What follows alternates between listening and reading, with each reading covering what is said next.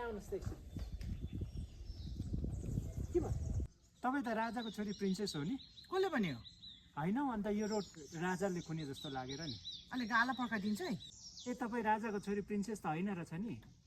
अनि साँच्चै तपाईँको हातमा म्याग्नेट छ कि क्या है कि ग्रेभिटेसनल फोर्स हौ तपाईँले हात यस्तो देखाउँदा त छ्याप्पै रोक्यो हो गाडी त आम्बो